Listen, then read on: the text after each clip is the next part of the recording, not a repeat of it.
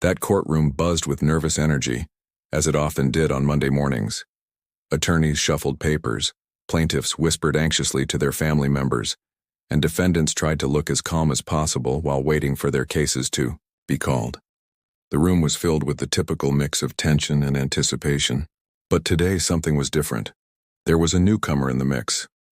Jason Miller, a fresh-faced attorney just out of law school, stood near the front of the courtroom. Dressed in a crisp designer suit, his every movement screamed confidence, borderline arrogance. At just 26, Jason already carried himself as though he owned the place. He had been recruited by one of the top firms in the city, and everyone knew he wasn't shy about letting people hear about it. His smirk had a way of cutting through the room, making everyone feel as though they were being silently judged. As he scanned the courtroom, Jason's eyes landed on an elderly black woman sitting quietly in the back row. She was dressed modestly, in a neatly pressed blazer and skirt with a pair of worn yet polished shoes. Her gray hair was tied back in a simple bun, and she carried an air of grace and quiet confidence. She sat with her hands clasped over a leather-bound notebook, her posture as perfect as if she had been sculpted that way. Jason raised an eyebrow and smirked. He whispered to a colleague standing beside him, just loud enough for a few others nearby to hear. "Looks like somebody's grandma wandered into the wrong room. What's she here for? To knit during recess?" His colleague chuckled nervously, shifting uncomfortably as Jason continued to make quips about the elderly woman, clearly trying to impress those within earshot. The woman, however, didn't flinch. She remained poised, her eyes fixed ahead, as though she hadn't even heard Jason's comments. But there was something about her presence, an unspoken authority, that made a few people around her glance in her direction. It was as if she belonged there in a way no one else did. The morning dragged on, case after case being called. Jason's first case as lead counsel was coming up, and he was clearly eager to prove himself. Every so often he would glance back at the elderly woman, occasionally tossing another smug remark to his colleague. What? Does she think this is church or something? Maybe she's waiting to ask the judge for directions to the bus stop. Finally, Jason's case was called. He strutted to the front of the courtroom, briefcase in hand, exuding confidence. He launched into his opening remarks, his voice loud and sharp, clearly aiming to dominate the room. The judge, a stern yet fair man, in his 60s, listened intently, occasionally jotting down notes. As the case progressed, Jason grew bolder. His arguments were polished, but his arrogance began to seep through. He interrupted opposing counsel, made sarcastic comments, and even tried to challenge the judge on a minor procedural matter. The judge raised an eyebrow but said nothing, letting Jason dig his own hole. Just as the case was wrapping up, the judge glanced toward the back of the room.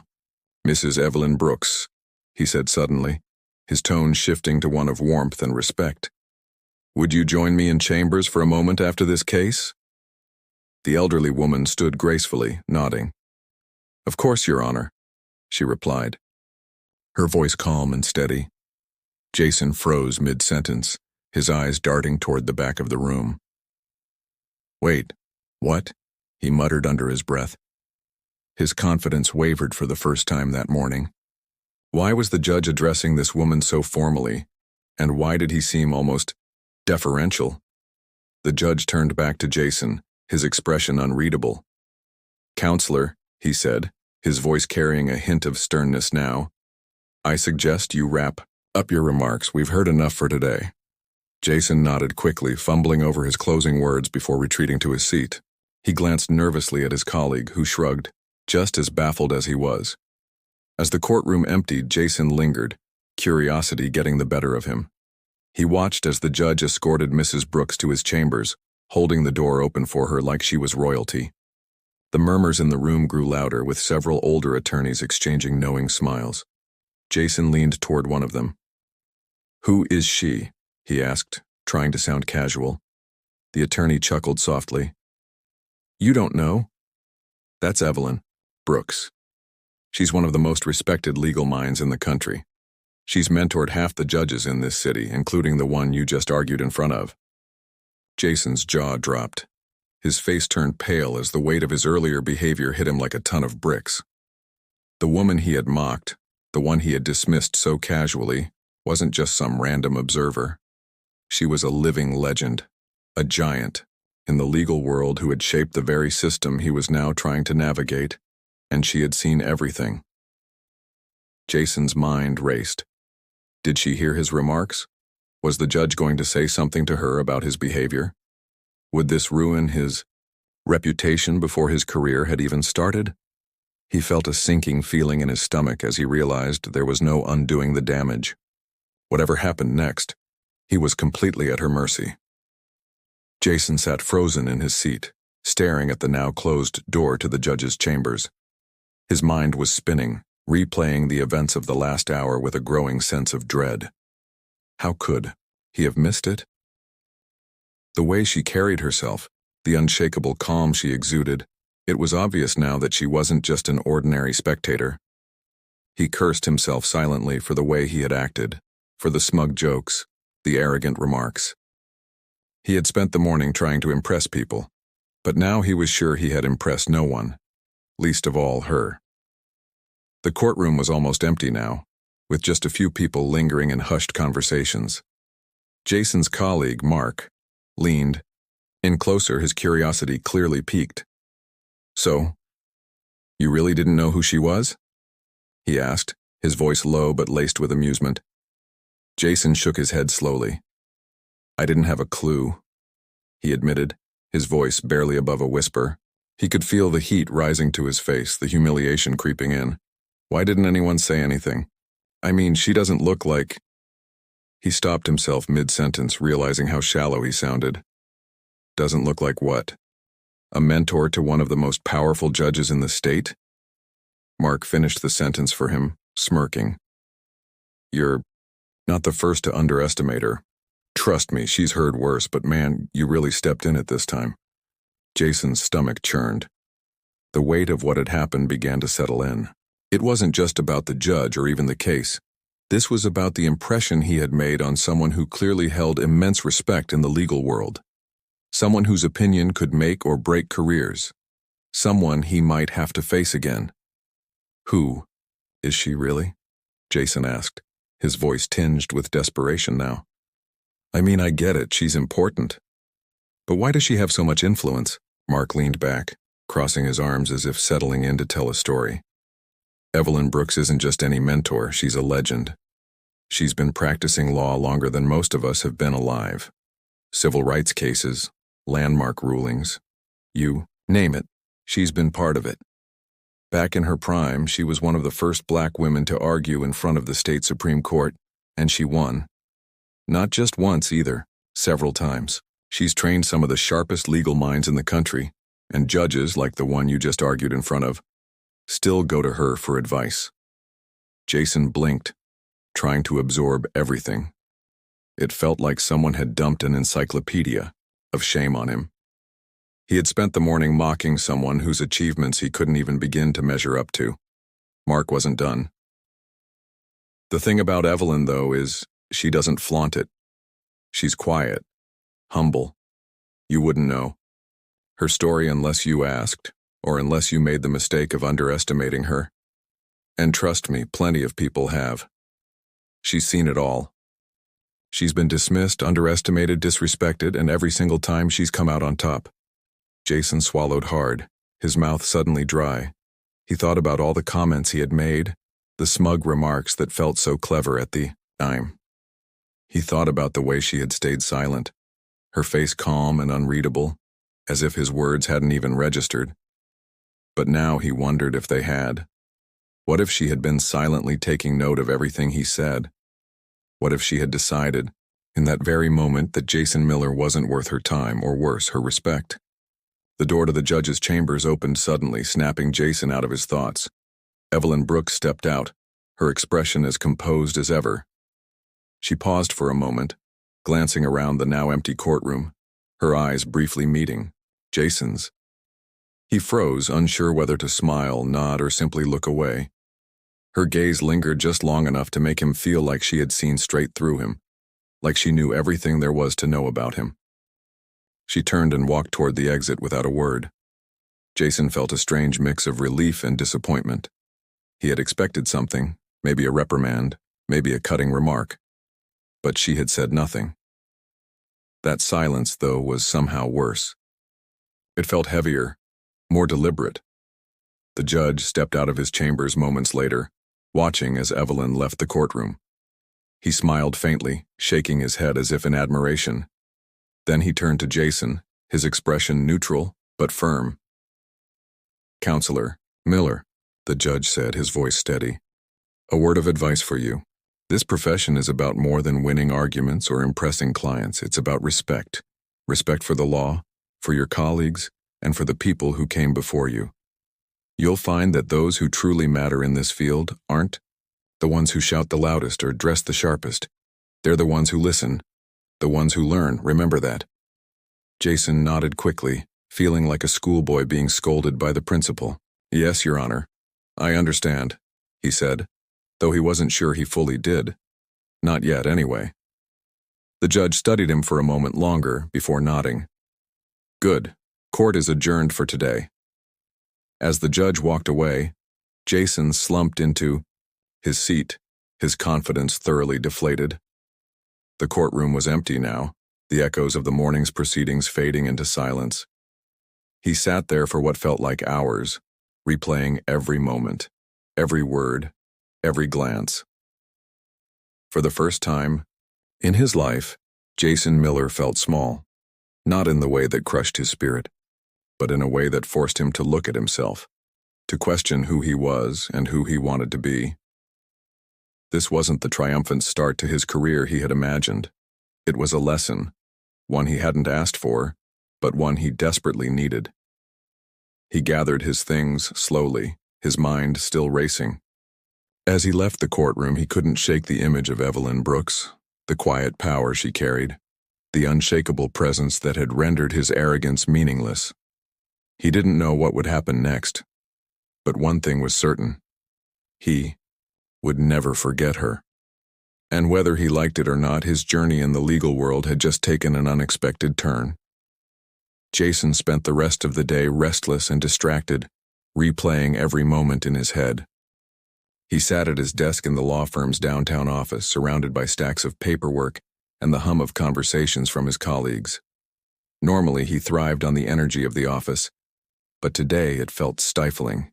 He couldn't focus, couldn't shake the memory of Evelyn Brooks and the way she had looked at him, calm, steady, as if she knew something he didn't.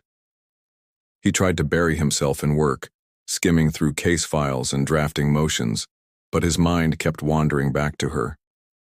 Who was she really? Not just her accolades or her reputation, he wanted to understand her as a person. What kind of life had she lived to command such quiet authority? And why did her silence feel more damning than anything she could have said aloud? Later that evening, as Jason prepared to leave the office, his phone buzzed. It was Mark. "Hey, you got a minute?" Mark asked when Jason answered. His voice had an edge to it, like he was holding back something big. "Yeah, what's up?" Jason replied, trying to sound casual. "So, remember Evelyn Brooks?" Mark began, as if Jason could have forgotten. "Turns out she's giving a lecture tomorrow at the law school downtown. It's part of some mentorship series for new attorneys. I figured you might want to go, to learn something." There was a teasing lilt to his voice, but Jason didn't care. "Where and what time?" Jason asked, grabbing a pen. He scribbled down the details and hung up, already feeling a knot of nerves forming in his stomach. Was it a good idea to go? Would she even acknowledge him? Or would she brush him off entirely? The thought of facing her again made him uneasy, but something deeper pushed him to go. He needed to understand what had happened in that courtroom.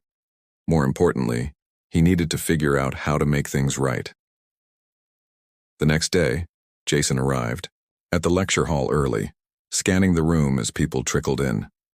The audience was a mix of young attorneys, law students, and a few seasoned lawyers who seemed to know each other well. Jason sat near the back, hoping to stay unnoticed. When Evelyn Brooks entered the room, the atmosphere shifted. She wasn't flashy or commanding in an obvious way, but her presence was undeniable. She moved with purpose, her every step measured and deliberate. The room quieted almost instantly as she approached the podium. "Good afternoon," she began, her voice warm but firm. "Today we're going to talk about something that isn't always taught in law school, something more important than case law, precedents, or courtroom strategies. We're going to talk about integrity." Jason felt a lump form in his throat. He sat up straighter, his eyes fixed on her. "Integrity isn't about how you present yourself when everything is going well," Evelyn continued. "It's about how you carry yourself when things go wrong, when you're challenged, when you're underestimated, when you're tempted to take shortcuts. It's about remembering that this profession isn't just a job. It's a responsibility." As she spoke, Jason felt like she was addressing him directly, even though she never once looked his way. Her words carried a weight that made the room hang on every syllable. She shared stories from her career, moments of triumph, yes, but also moments of failure. She spoke about the obstacles she had faced, the prejudice she had endured, and the lessons she had learned along the way. One story in particular struck a chord with Jason. Evelyn recounted a time early in her career when she had been dismissed by a senior attorney who doubted her abilities because of her age, gender, and race. "He didn't even bother to look at my work," she said, her tone even. "He assumed I didn't belong, and for a while, I let that get to me. I started doubting myself, questioning whether I was good enough, but then I realized something. His opinion of me didn't define my worth. My actions did. So I worked harder. I stayed focused. And eventually, I earned his respect, not because I demanded it, but because I proved it." Jason felt a pang of guilt as he listened. Her story mirrored his behavior in the courtroom the day before. He had judged her without knowing anything about her, and now he was beginning to see just how wrong he had been. When the lecture ended, the room erupted in applause. Evelyn smiled graciously and stepped away from the podium, but Jason noticed that she didn't linger to chat or take questions.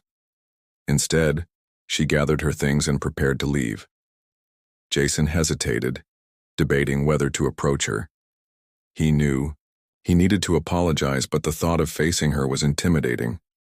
What could he possibly say that wouldn't sound hollow or insincere? As she made her way toward the exit, Jason stood abruptly, his heart pounding. "Mrs. Brooks," he called out, his voice louder than he intended. She turned, her expression calm but curious. The room fell silent as a few people nearby turned to watch.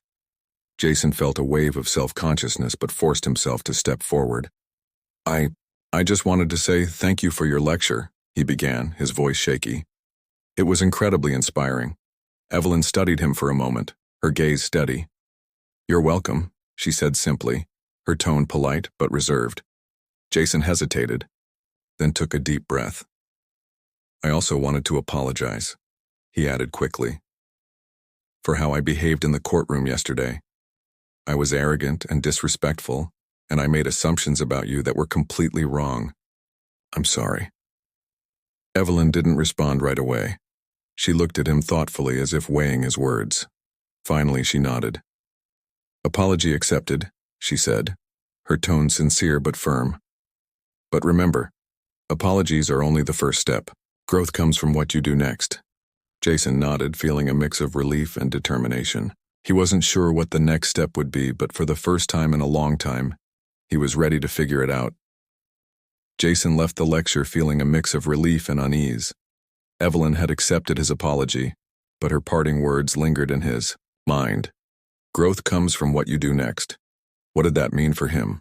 He couldn't shake the feeling that he needed to prove himself, not to her necessarily, but to himself. For the first time, he was starting to question the version of success he had been chasing. Was it all just about winning cases and impressing people, or was there something deeper he had been missing? Over the next few days, Jason threw himself into his work, but this time with a new mindset. He started paying more attention to the details of his cases, not just the flashy arguments that would grab attention, but the quieter aspects, the people involved, the stakes beyond the courtroom. He stayed late at the office, combing through files and trying to see things from angles he had ignored before. And yet, despite his newfound focus, The shadow of Evelyn Brooks loomed large in his mind. Her presence had become like a mirror, reflecting back everything he needed to change about himself. One afternoon, Jason's supervising partner called him into his office. Mr. Taylor was an older man with years of experience, and he rarely minced words. "Jason," he began, leaning back in his chair, "I've been hearing some things. Word around the courthouse is that you had an interesting interaction with Evelyn Brooks last week." Jason's stomach tightened. He nodded slowly. "That's true," he admitted, bracing himself for a lecture. Mr. Taylor raised an eyebrow. "She's a tough one to impress. But if you're smart, you'll use this as an opportunity to learn. She doesn't waste her time on people who aren't worth it. If she's paying attention to you, it means you have potential. Don't squander it." Jason wasn't sure whether to feel encouraged or pressured. He nodded again, unsure of how to respond. "I understand," he said, though he wasn't entirely sure he did. Later that week, Jason was assigned to a new case, a pro bono matter involving a young mother facing eviction from her apartment. It wasn't the kind of case his firm usually handled, but Mr. Taylor had insisted. "Think of it as a chance to build some character," he had said with a knowing look. Jason dove into the case with an energy he hadn't felt in months. He met with the client, a woman named Maria, and listened to her story. She worked 2 jobs to support her 3-year-old daughter and had fallen behind on rent after unexpected medical bills. The landlord wasn't just looking to evict her, he was also trying to keep her security deposit under dubious pretenses. For the first time, Jason wasn't just looking at the legal angles, he was seeing the human story behind them. He spent hours researching tenant rights, building a case that he hoped would not only protect Maria but also hold the landlord accountable. As the court date approached, Jason found himself increasingly nervous. He was determined to do right by Maria, but the stakes felt higher than usual.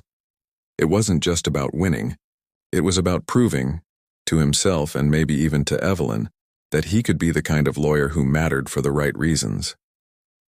The morning of the hearing arrived, and Jason was running on little sleep but high adrenaline. As he walked into the courtroom, he felt a strange mix of confidence and doubt. Maria sat beside him, clutching a folder of documents he had helped her prepare. She looked nervous but hopeful. Jason gave her a reassuring smile, even though his own nerves were threatening to overwhelm him.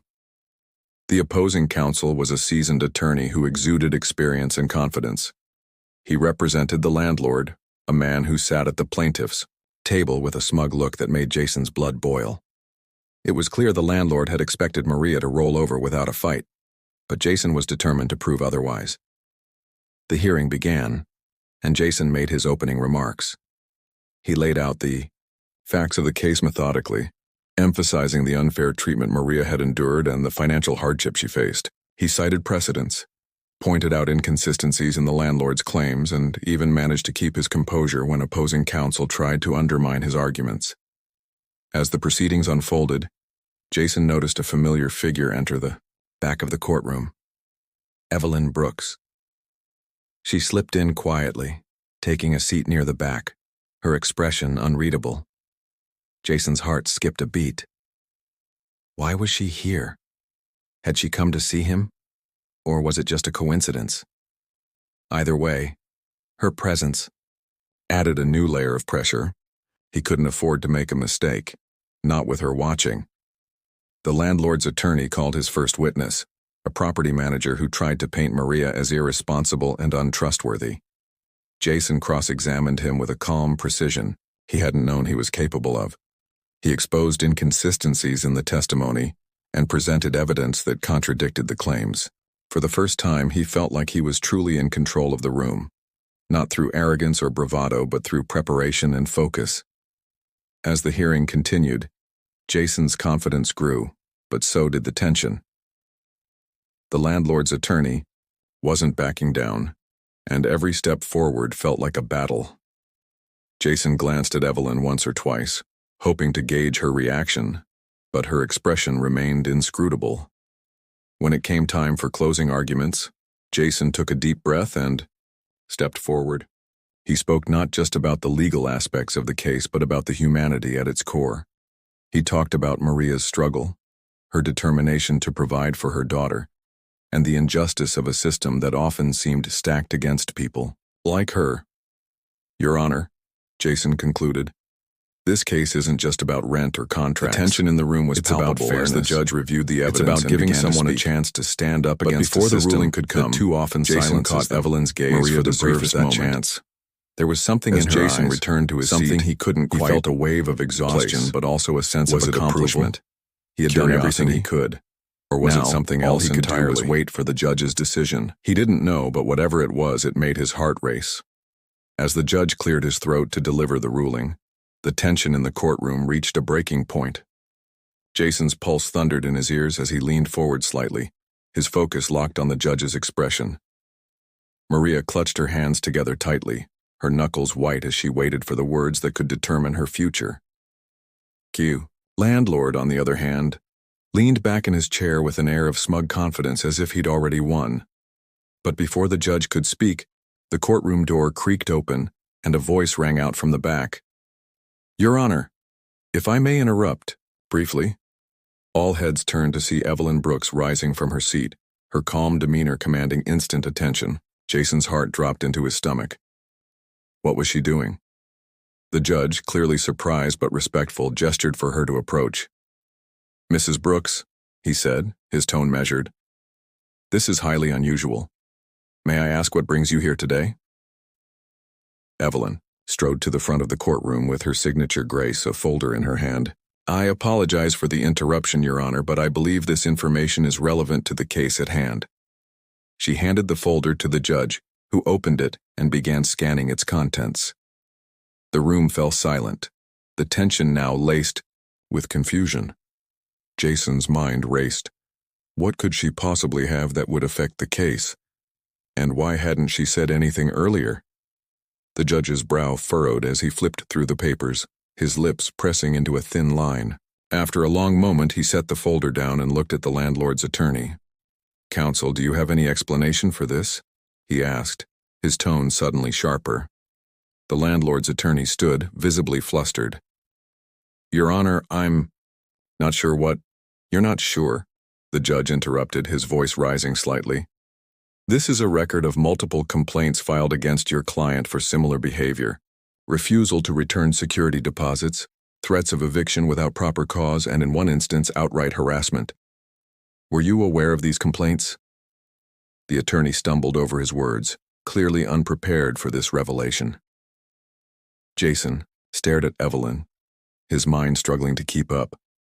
How had she gotten that information? And why had she waited until now to present it? Maria turned to Jason, her eyes wide with hope and confusion, but Jason had no answers. The landlord shot to his feet, his composure cracking for the first time. This is outrageous, he barked. Those complaints were baseless, filed by people looking to take advantage of me. The judge raised a hand, silencing him. Sit down, Mr. Carter, he said firmly. This court takes allegations of this nature very seriously. If even half of what's documented here is true, it paints a concerning picture of your business practices. Jason couldn't believe what he was hearing.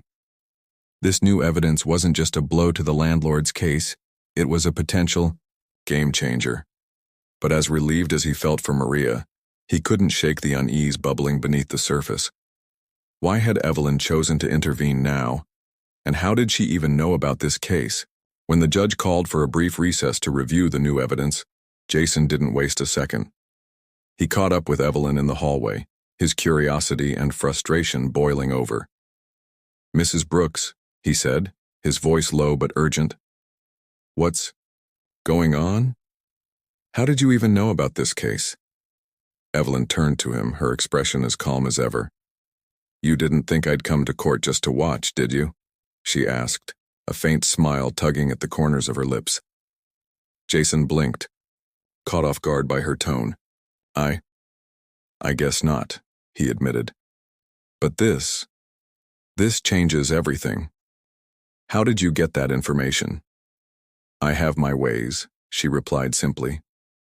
Let's just say I have a few friends in the right places. When I heard about the case, I decided to dig a little deeper, Something about it didn't sit right with me. Jason frowned, still trying to process her words. But why help me? He asked, his voice quieter now. After the way I acted.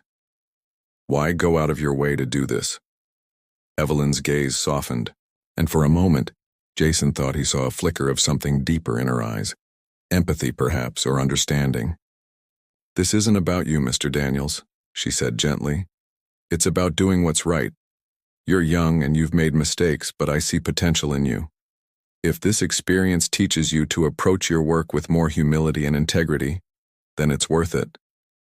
Jason felt a lump rise in his throat. Her words hit harder than he expected, cutting through the walls of arrogance and self-doubt he'd built around himself. He nodded, unable to find the right words to respond. The recess ended, and everyone returned to the courtroom. The judge addressed the room with a somber expression. After reviewing the new evidence, it's clear that this case is about more than just one tenant. The pattern of behavior outlined in these complaints is deeply troubling. As such, I'm dismissing the eviction proceedings against Ms. Ramirez and ordering a full investigation into Mr. Carter's business practices. The courtroom erupted into murmurs, but Jason barely heard them. He turned to Maria, who was wiping away tears of relief, and felt a surge of pride. For the first time, he understood what Evelyn had meant about integrity, about the responsibility lawyers had to their clients and the justice system. As the judge adjourned the hearing, Jason glanced at Evelyn, who gave him a small nod before turning to leave. He didn't stop her this time. Instead, he watched her go, a newfound respect settling over him. She had changed the course of the case, and in some ways his life, without ever making it about herself. But as the crowd began to disperse, Jason couldn't shake the feeling that this wasn't the end. Evelyn's involvement had raised more questions than answers, and he couldn't help but wonder what other lessons she had in store for him. The stakes had been raised, and Jason knew one thing for certain. His journey was far from over. The courtroom emptied slowly, the tension and emotion still thick in the air. Maria hugged Jason tightly, her gratitude spilling out in quiet sobs. "I don't know how to thank you," she said, her voice trembling. Jason assured her it was her strength and story that had won the case, though he couldn't deny the pivotal role Evelyn Brooks had played. As Maria left with her daughter, hope replacing the fear that had been etched into her face for so long, Jason allowed himself a brief moment to breathe. The victory felt different this time, deeper, more meaningful, but there was still a nagging sense that the story wasn't over. As Jason packed up his briefcase, Evelyn reappeared, standing at the courtroom's doorway with her usual composed demeanor. "Not bad, Mr. Daniels," she said, her tone carrying a rare hint of approval. Jason approached her, his mind swirling with unspoken questions. "I owe you more than a thank you," Jason began, his voice steady but tinged with curiosity. "You could have just watched me fail and left it at that, but instead you stepped in and saved the day. Why?" Evelyn gave him a long, measured look before gesturing for him to walk with her. They stepped into the quiet hallway, their footsteps echoing off the marble floors. "You remind me of someone," she finally said, her voice quieter now. "Someone I once mentored, someone who thought they had it all figured out, but needed to be knocked down a few pegs to find their true path." Jason raised an eyebrow, sensing there was more to her story than she was letting on. "And what happened to them?" he asked cautiously. Evelyn stopped walking and turned to face him. Her expression was unreadable, but her eyes carried a weight that made Jason's chest tighten. "They learned the hard way," she said simply. "They lost something precious before they realized what really mattered." Jason hesitated, unsure if he should press further. Before he could decide, Evelyn changed the subject. "You did well today," she said, her tone shifting back to its usual sharpness. "But don't let this win make you complacent. There's still a long way to go." Jason nodded, the weight of her words sinking in. He had expected the victory to feel like a finish line, but instead, it felt like the start of something much bigger. As Evelyn turned to leave, Jason called after her. "Wait." he said, his voice firm. Who was it? The person you mentored? Evelyn paused, her back still to him. For a moment, Jason thought she wouldn't answer. But then she spoke, her voice steady, but carrying an unexpected edge. The judge you stood in front of today, she said. Judge Harris, he was one of my first mentees, and he almost lost his career because he let arrogance cloud his judgment. Jason's breath caught. The revelation hit him like a punch to the gut. The judge who had just ruled in Maria's favor, the man whose wisdom and fairness Jason had admired in court, had once been in the same position he was now, reckless, arrogant, and blind to his own flaws. The twist left Jason speechless, a flood of thoughts crashing over him. Evelyn turned back briefly, her expression softening for just a moment. You're lucky, Mr. Daniels, she said. You've been given a chance to learn without losing. Everything first, don't waste it. As she walked away, Jason stood rooted to the spot, his mind racing. The case was over, the conflict resolved, but the lessons it carried were far from finished. He thought about Maria, about Judge Harris, and about the path he was on. For the first time, he truly understood that success wasn't about winning cases or impressing others. It was about the people whose lives he could impact along the way. The courtroom lights dimmed as the staff began to close up for the day, and Jason finally turned to leave. The victory had been hard-fought, but the journey ahead felt even more important. As he stepped into the cool evening air, he couldn't help but wonder what challenges and what lessons lay waiting for him next.